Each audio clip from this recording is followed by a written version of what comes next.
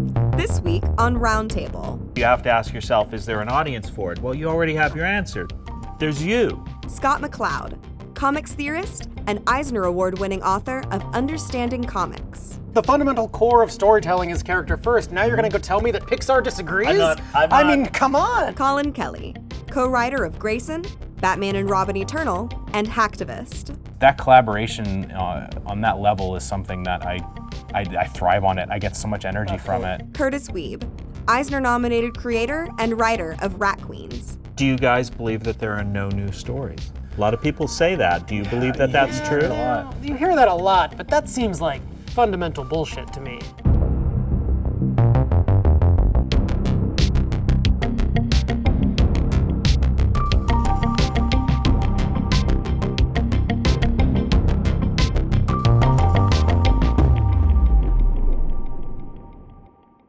Now, it's interesting because you said the character comes first, but if you talk to Pixar people, the Pixar story department had a saying that when there's a problem with the story, look to the character.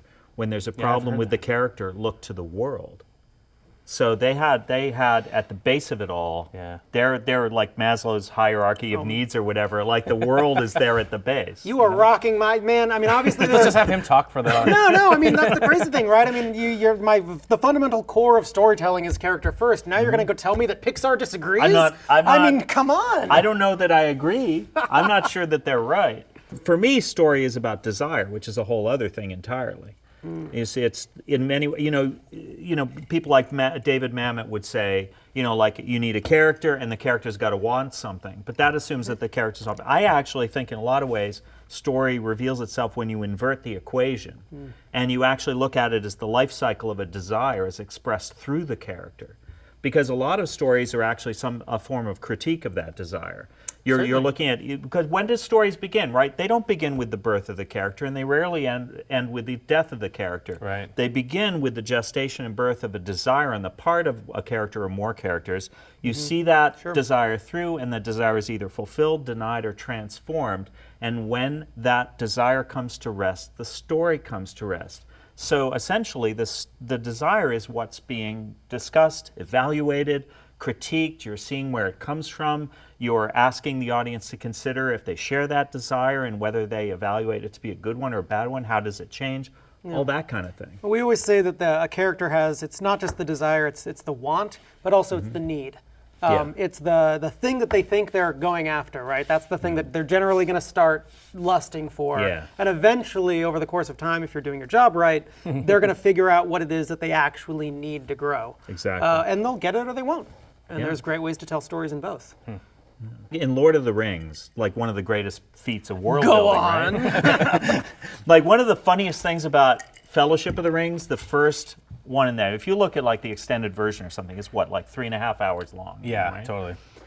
You get all that stuff with Ring and the Shire and the chasing and the elves and all this stuff in the big meeting in Rivendell, is it? Yeah. Yeah. Everybody gets together, they form the Fellowship, and they go off on the mountaintop, and then like you have that music starts, and it's like when the music starts and you have the theme of the Fellowship, it actually transforms from the theme from the Shire into the theme of the Fellowship. You see every single one of them walking over the mountain ridge. I swear everybody gets the exact same sensation, which is, and now the story begins. Yeah. At that point, the movie has been going for like 2 fucking hours, but now everybody wants something. Yeah. Sure. The moment they want something is the moment the story is actually begins. How do you guys like actually go about like that world construction? How do you put it all together? I mean, is it like a zillion notes? Do you have like the weather charts and the like maps that you're hand just weathering? How elaborate is it? How do you go about it, beat by beat? Sure. I mean, I think it's really, as we kind of said, it starts from the characters, but then the fun part for me, at least, is always where are they going? Yeah. Right? That's just the simple thing. A lot of the stories that Jack and I tell are about journeys. They're about people physically and emotionally getting from one place to the next. But discovering what those steps are going to be is so incredibly fun for us. The book we have now, Zojikon, it's very literally about a woman who's experiencing 1,000,000 years of a planet. She starts in the Paleozoic, the first age of this world, and as she moves through time, she's watching the world evolve. Wow. And the impact that she's making, the small creature she saves 1,000,000 years ago is now walking on 2 legs, right? The language, the swear word she spoke just once is now a language they've built off of. So watching, kind of filling out the corners of that world with the most interesting and innovative stuff we could think of was really the joy of it. I'm sure with Rat Queens, it is built on a lot of classic Dungeons and Dragons tropes. Yeah. But at the same time, fucking, if you roll in there with a displacer beast, everyone's going to be like, bullshit, man. Yeah. Right? So I'm sure there's a lot of innovating and giving the unexpected version of what people might expect. Yeah, well, it's funny. We were talking earlier just about that layer of collaboration that happens with that. When it comes to the monsters in particular, I kind of did the same thing when I talked about with Peter Panzerfaust with the artist. I just kind of said, "Enter flying monster," and because Owen is a master creature designer, he loves making weird things. We're both Canadian, so it turned out to be like a goose dragon. That aspect I like to kind of leave to him. But yeah, I see what you're saying. I think. When you work for, I've done a little bit of work with Marvel. A lot of that kind of background work is a little bit done for you. There's Sometimes a lot done. Sometimes a lot done for you, and I mean that can be easier in some cases, maybe a little bit hindering because you also have to know so much about what has come before. Sure. I think it can be easier just to do your own stuff because you're just starting from the scratch, from base level, and there's not really any prior restrictions, and there's that removal of restrictions is I think where at that point anything goes, and you can do everything, and then you can fine tune it and shave it down into something a little bit more cohesive. But it's like an explosion of creativity at the beginning, where you have an established character like Batman. You're just like, okay, well, what can I do with this character that hasn't been done before? And that character's been around for 70 years. It's hard to do that. And I think that's what's super exciting about making our own worlds and creating our own stuff is that ability to do that. It's just like, where do I begin? So is it liberating a bit to have them create that burden of continuity and that possibility space that's like with all this narrative glop, as my friend Brian would say, that okay, I found a little spot, I found a little niche where I can create a thing, or is it more liberating to be able to create your own big giant pile of junk? Because I at a certain point I found that when you're creating your own world, you start to feel the weight of your own continuity after a while. You realize, oh well, I've sort of created my own restrictions now because there's history. Well, we actually had an interesting experience. We rolled into Batman and Robin Eternal, which was DC's weekly book. There were actually 7 of us in the room. It was a 3-day workshop where we broke the entire story, beat it out beat for beat, and Jack and I ended up with essentially this B story of Tim Drake and Jason Todd teaming up to take down the Order of Saint Dumas, which is Azrael. The classic Batman character. I am a big Azrael fan. I love Azzy with his flaming sword. But we had the burden of functioning entirely within this story that was moving like clockwork. We had very little space to move. And we were limited entirely to the world of Saint Dumas, which is this kind of Catholic order with this, red-clad knight with a flaming sword who's the angel of death, and it's very limiting. But because Jack and I kind of refuse to do that kind of work unless we can put some kind of personal stamp on it, right? Unless you're able to do something new and innovative, why are you getting paid to do it? We worked within that box to turn the order into kind of a group of Gnostic, techno-driven monks. So there was a Gnostic Catholicism kind of, where they were using all of their belief in science to track down God. Wow, and that's cool. But it was entirely within the box that they had given us. So personally, we love working within the confines of a pre-existing story because then we know the edges. Yeah. Right? Once you know the edges of your box, then you can get as wild and creative within there as you possibly can. And in fact, oftentimes are encouraged to. So as you're saying this, I'm realizing that Vatican II was basically like Crisis on Infinite Earths, like every once in a while the Catholic Church has to like clean out the right. continuity and like reboot. We got to reboot the Catholic Church. I'm sorry. Yeah. What's kind of the favorite thing when it comes to like world building stuff that you've created from scratch? What's something that you still look back on? Because I think as creators, we all look back at some past stuff where like we have some things we're not so proud of. What's something from your past that is completely your own? Well, the first book I did was a science fiction book called Zot, which was kind of a retro superhero-y science fiction thing, but a lot was based on the world. A lot of it was about the world. And I always thought that there's when you go into that genre, you have a responsibility that you're building the world in every panel. Right? So you can't, like a lot of people will do science fiction and then you'll page through it and you realize there's like no backgrounds. It's like, dude, you cannot do science fiction without backgrounds.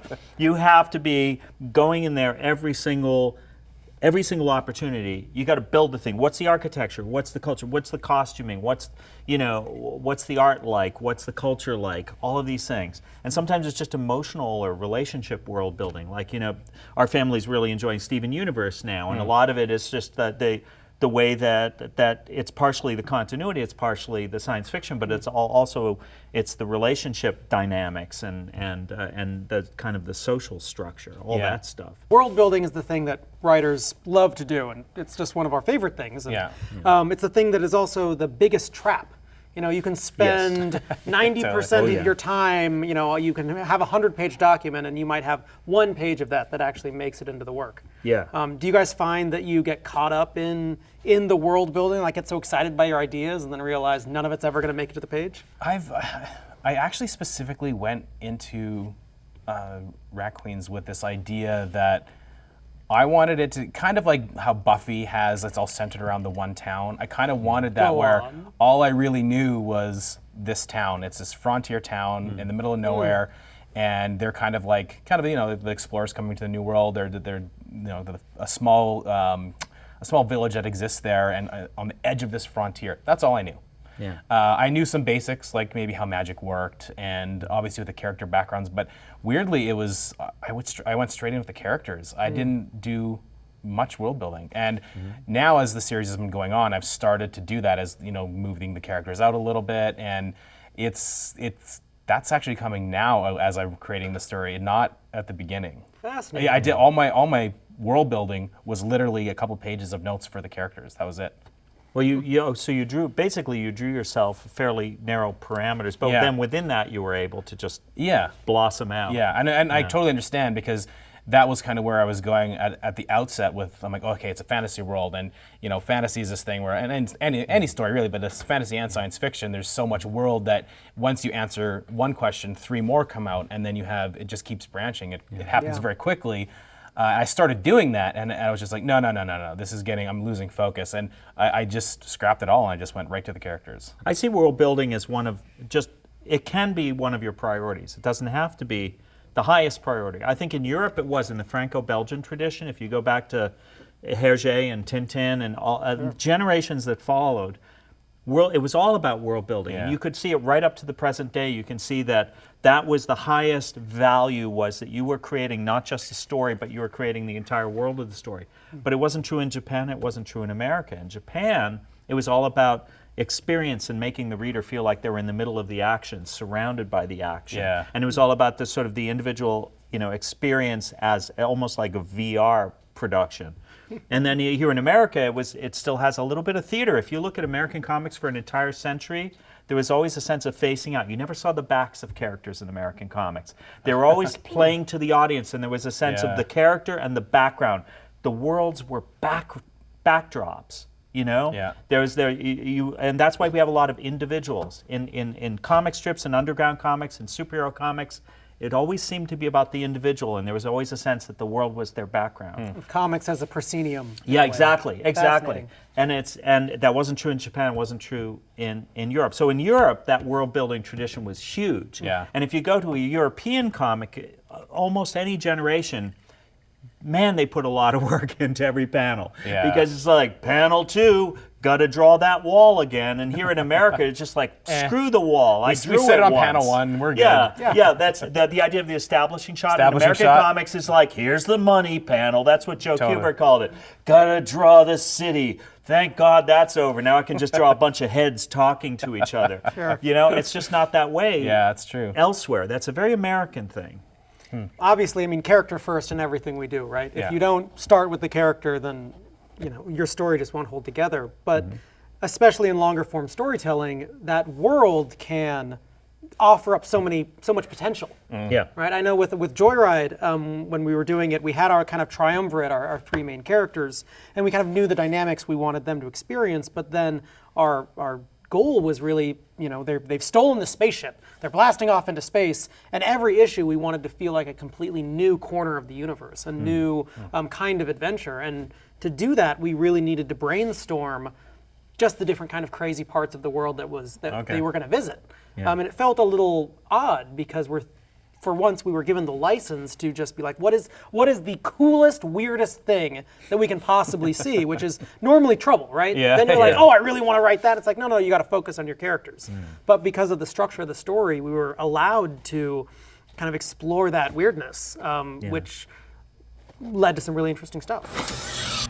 How do you deal with the fact that sometimes if the art comes back and you're like, this is not what I was... Like, obviously, we respect our artists immensely, and they're creative, visionary storytellers as well. I find like it's my favorite part about comics is that joint storytelling, right? There's nothing else like it, and for me, that's the one thing that always has me coming back to comics. Is like, I've written video games, and I've done a bunch of other jobs, but like at the end of the day, that being able to write the script and then seeing someone else's vision it's very, very rare that I've had art come back that if it is, usually when it's different, I'm like, that's better. That's usually been my experience, to be honest with you. With Raccoons, with Owen Jenny on art, we actually we are technically co-writing it. We will get on Skype and and sometimes like he lives about 3 hours away, so sometimes we'll drive down for a day or two and we will scene by scene break down that issue or that entire arc. So cool. And I love that. It allowed, because Raccoons is a comedy, there's a lot of jokes in the book, it works so much better because we've talked about those jokes, we've laughed about them together. Yeah. So we know kind of the feeling of that moment because we've literally shared them face to face. And that just adds this new layer of storytelling that I'm really enjoying. I had the same opportunity when I was working with Riley Rosmo, who is another Canadian artist. If you don't know who he is, he's awesome. Check him out. But we did a series called Green Wake together, and that book was all about a divorce that I was going through. But we lived in the same town at the time, in a small town, kind of Midwest Canada. And we would meet every week just to talk about, I would work a little bit, I'd write, and he would just sit there and he would ask me, so what have you been thinking about this week? Like, not even just about the comic book. He would be like, how you doing? What's on your mind right now? And he'd just sit there and draw. Wow. And that's where our monsters came from. That's great. Just taking what I was talking about and our friendship, we're very close, that friendship, and he could see and feel what I was talking about, and he would create while we were doing that. And that's how a lot of the world building was actually done, was he was filling the world through all the stuff that I was going through. It was a really beautiful collaboration that I've never really experienced since then. It was so unique to that book that it was, that collaboration on that level is something that I thrive on it. I get so much energy from it. If you think about it, collaboration is the way actual worlds are built. Yeah. Right? Despite certain religious mythologies, worlds are not usually created, by a single individual. They are literally collaborations. Yeah. Collaborations of natural forces, collaborations of actual creative forces. But what you're describing to me sounds like you're much closer to the kind of the Kirby Lee, what we call Marvel style or plot style, where the story is worked up organically but through collaboration. Is that the way you like to work, or? So with Joyride, we got the really cool chance of sitting down with Marcus and talking about all of this ahead of time. But he's in Toronto, we're in LA. Minutes are crazy. Skype is really the only way we can chat, and the deadlines were so fast.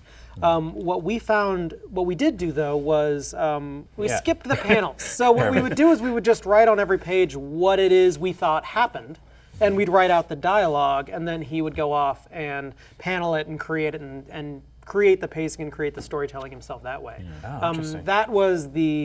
That's our preferred method with working with him, and in that way, he was really in that sense, he was our co-writer on that, because the storytelling was all him. You know, there's always that discussion of well, who's the director of comic books? Yeah. And it's like, it's not a one-to-one, but when you have an artist who's so good and so trustworthy that you can say like, look, I'm not even going to burden you with telling you how I think this page should unfold. I'm going to trust you entirely to make it happen.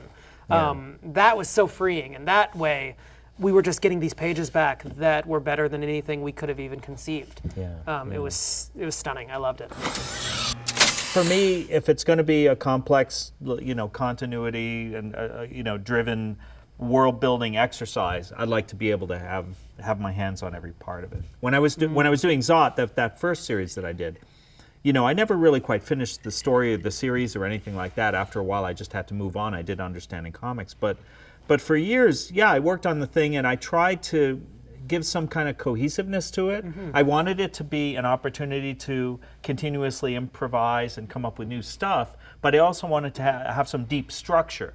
And so, because this whole thing took place in this future world, which was composed of all of these sunny, rosy scenarios for the future that people have come up with over the years, it was kind of a weird hodgepodge of like all of the predictions for the future people had. It was the far-flung future of 1965, So like all of the really optimistic projections for the future, well, they all came true, but all of the dystopian futures became villains.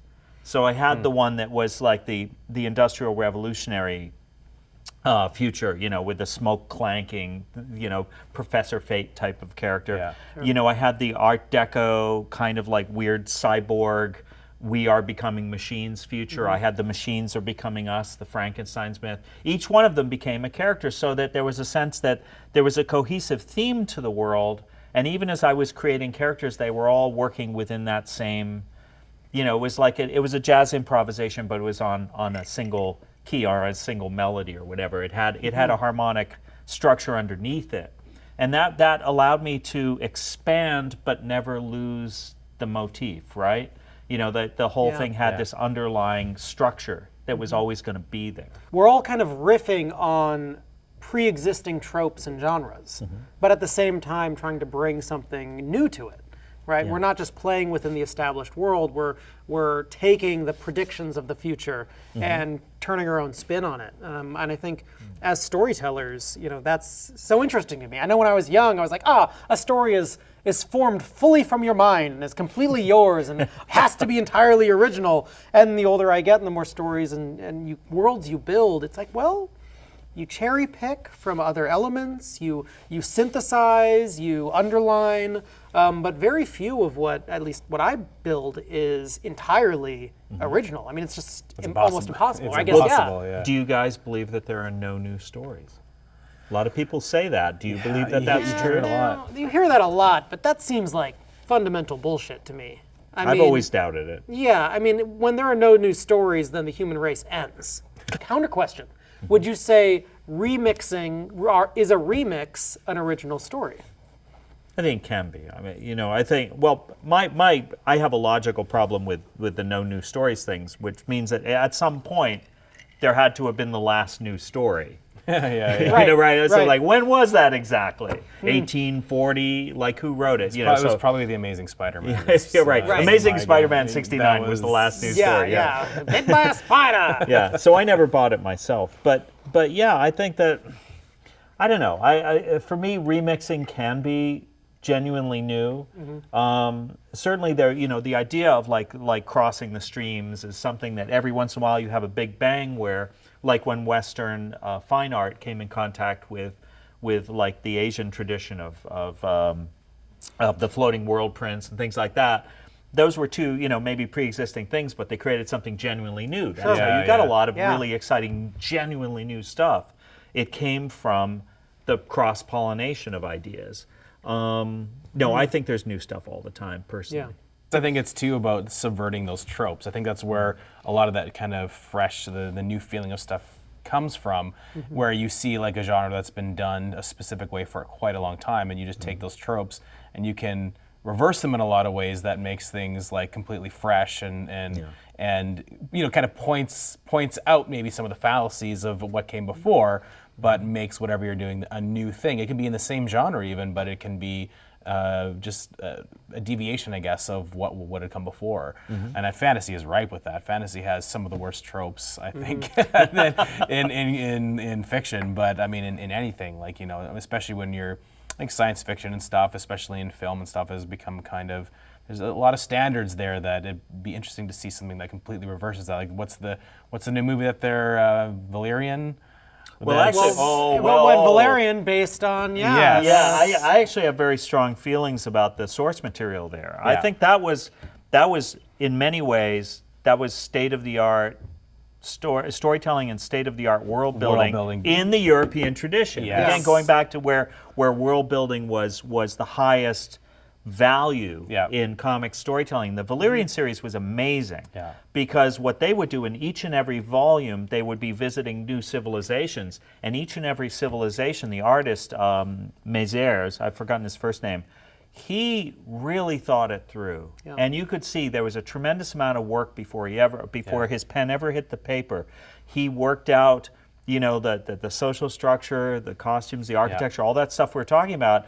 All of that stuff was worked out in his head. And when he did the story that new movie is based on, I have no idea if the movie's any good, but that particular story, Ambassador of the Shadows, it was about a space station where every single civilization, like in an entire galaxy, had an outpost that they had a piece of that space station. So when you were going from one part of the station to another, you're going from one world to another.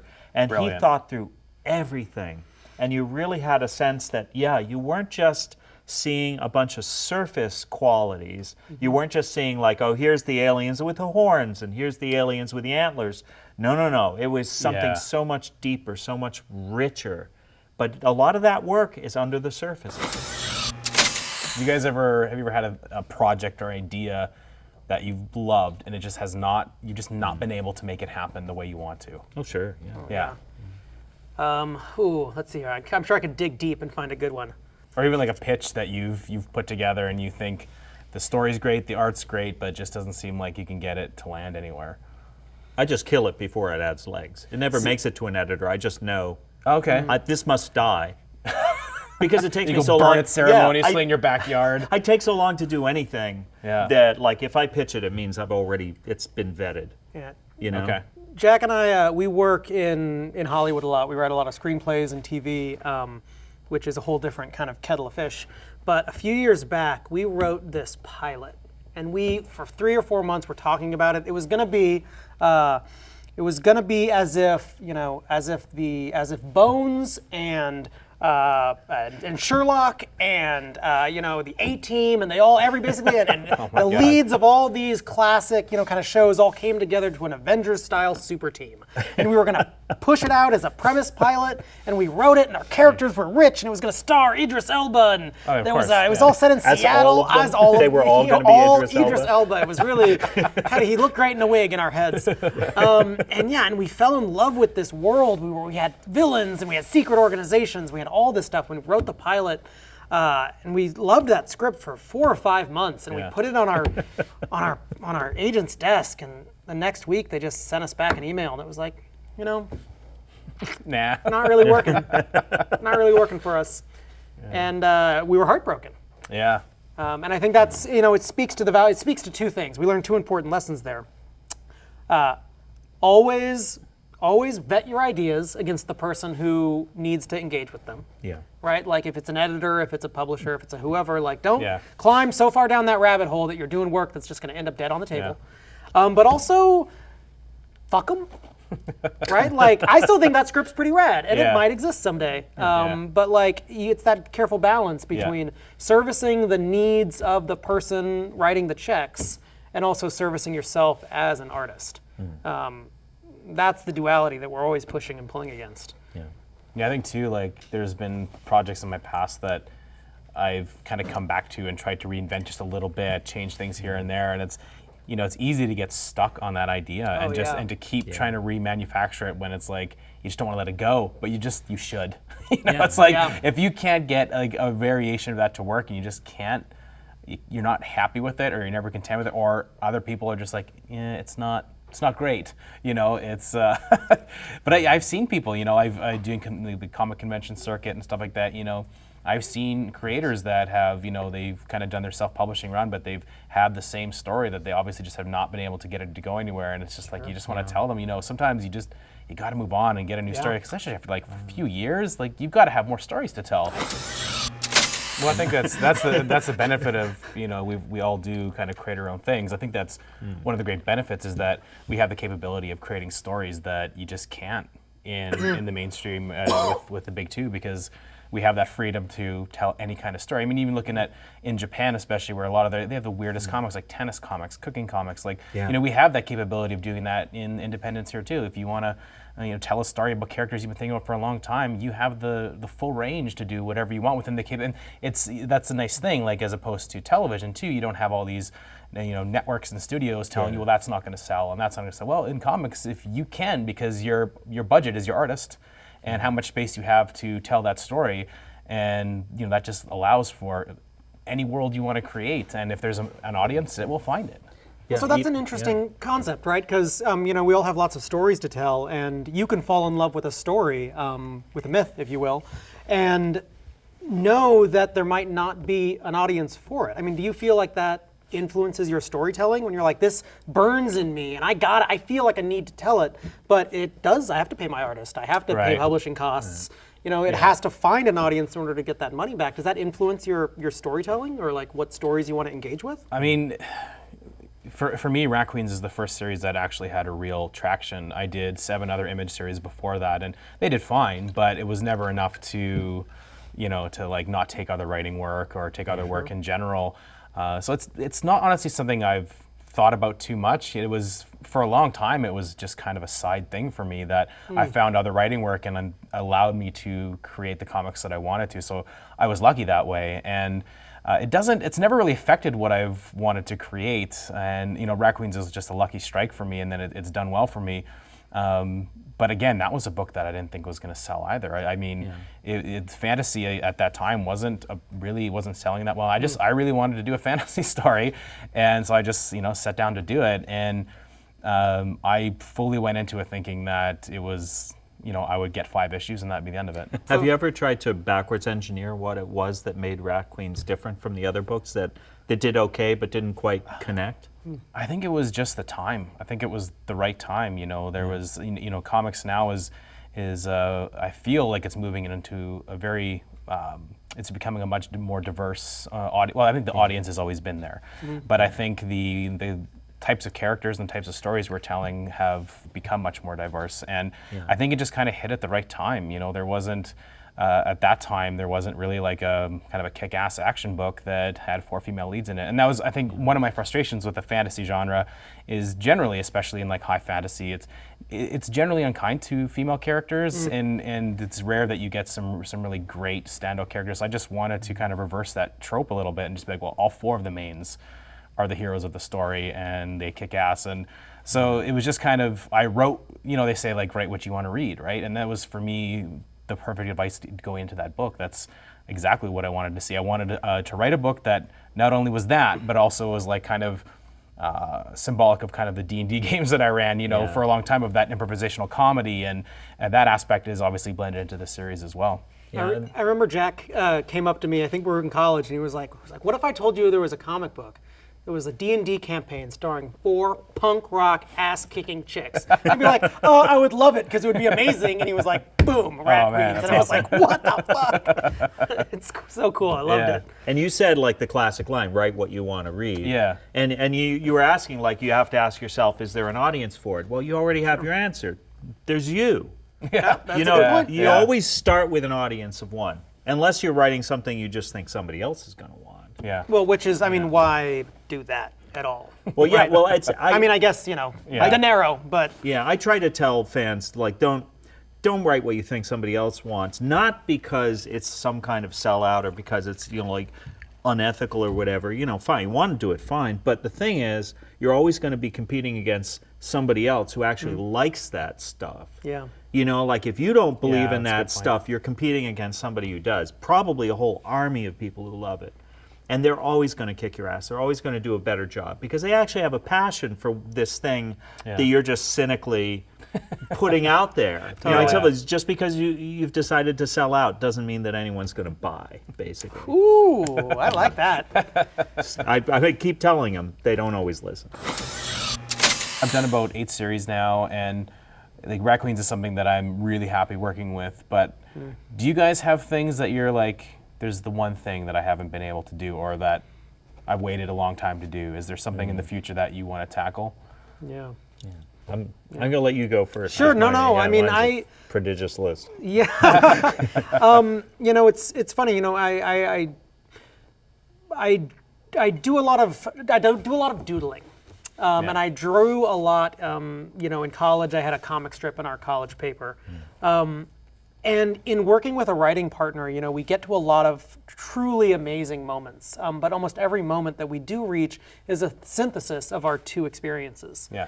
And the reason Jack and I function so beautifully together is because we have so much shared history, just in our upbringing. There's so much of our backstories that align so nicely. But there are stories that are uniquely me, that I haven't really had a chance to tell yet. And it's one of those kind of things that I feel like I can't really bring to an artist. I feel like it really needs to be something that comes from me and what I can do. So one day, hopefully, I'd really love to do some more autobiographical work that I'm actually able to draw myself. My doodles right now are pretty hot garbage, but I really love doing it. And so hopefully one day I'll be able to get to kind of express that part of my life and that story in a way that's really uniquely me. I don't know when I'll get the chance, but I hope to someday. I hope you can. Everybody has a story in them. Yeah. How about you? I talked about it earlier, probably something to do, I do want to do a story that it maybe isn't so symbolic and is more of a direct story about adoption. There's I think a lot of people that come from that background that have a lot of conflicted feelings about it. And I don't know if it would be like an autobiographical story or not, but just something that talks about it a little bit more directly. And it fundamentally defines who I am. That I grew up with siblings that don't look like me. I come from First Nations, as we call Native Americans in Canada. Yeah. I come from First Nations history. My father is Métis, and my wife is actually Métis. She has a First Nations father, and she's also adopted. And so it's something that I think that is it's a foundation of my life. And to be, when I go into my family and weirdly, my oldest sister is born by my parents, but I have 2 other siblings who are also adopted. So we all look different, and we all have very different personalities, which happens in families. But the how different we all look is quite interesting. My sister is super blonde, and I'm dark haired, and my younger sister is she has a Romanian background. So we all look very different, and I think it would be just interesting to do a story about family. Just in general, and how families can look so different in so many different walks of life. And yeah, that's something that I've been thinking about over the last few years, and I'm not ready quite yet. I think I feel the same way. Yeah, I feel like I need more time, because I've had some experiences with my birth family. I have connected with them that haven't been the most positive, and I think I need time to really think about it and try to come to an understanding of how that really influenced my life. And so yeah, in the future, I hope it's a story that I can tell, but right now, I'm good. I like both of our answers are well, right now I'm writing fantasy, science fiction, gibberish. One day I hope to be honest and authentic about my experience. Right now I'm going to stick to writing dick jokes. So, spaceships. The important stuff. Yeah, it's hard to be 100% honest. I mean, it's hard to deal with the positive and the negative. I've actually tried to search to find out who said this originally, because I think it's a really beautiful quote. I don't know who said it, but someone said, "Write as if everyone you ever loved was dead." Right. And I always thought that was really fucking great advice that very, very few people can follow. Yeah. I think very few people are brave enough to do that, because you realize if you do it as a thought experiment, if you just close your eyes and just imagine that you're right at the end, and that all of the people who might be hurt by what you might write are gone, you realize how much better a writer. You're instantly twice the writer, just for being able to express it all. And it's like, can you do that? You know, like what would be the consequences if you write? Not that you're like necessarily bearing resentments, but just to lay it all bare is a really hard thing to contemplate. To have the bravery and the confidence to be able to say, you know, the people who this might hurt, because to me, the fear there is that you'll put that on the table and it won't do justice to the moment, to the people that you may be hurting. Like if I'm going to hurt, I may hurt someone with my writing through the authenticity of it. But the thing that kills me is the idea that I wouldn't be doing it justice. Like that's the thing that's stopped me. You know, we all have that kind of pain in us, and there's a lot of stories that can be told around it. But to go straight into that moment, you know, honestly, I feel like I still need to do a lot of growing before I'm able to approach those true raw wounds with the authenticity that will let me tell that story. For me, it's not actually about world building. It's about exploiting the potential of an art form. And to me, comics has enormous potential to do many different things. And I want to lay those signposts pointing over here and pointing over there and pointing over there, the way that Kubrick did, you know, like do one of everything. And I'm going to die before I get even a tenth of the way down that list. But I'll do as many of them as I can. I'd love for your next book to be like motorcycle turtle men with machine guns. And you're just like, you know what? I'm just I'll get all my yayas out. I got to do one of those. I think so, obviously. Everybody's got to do. Well, that's what the great thing is about comics, right? Is it's the one medium where, as creators, we can control the tempo and the space of the story. That's right. Right? And you can't do that in any other medium. You know, you can slow time, you can speed up time, you can. There's so many ways that people don't even maybe really think that you have that as a creator. That space is yours, and the viewer will read it and experience it exactly as you want them to, which is beautiful. You can play God. And you know, for all the good and bad that might imply, you can really create a world from scratch, and that can be an incredibly intoxicating thing. Yeah, totally. Absolutely. To creating worlds from scratch. All right, is that our cheers? There we go. I think so. I didn't Why get not? over here. All right.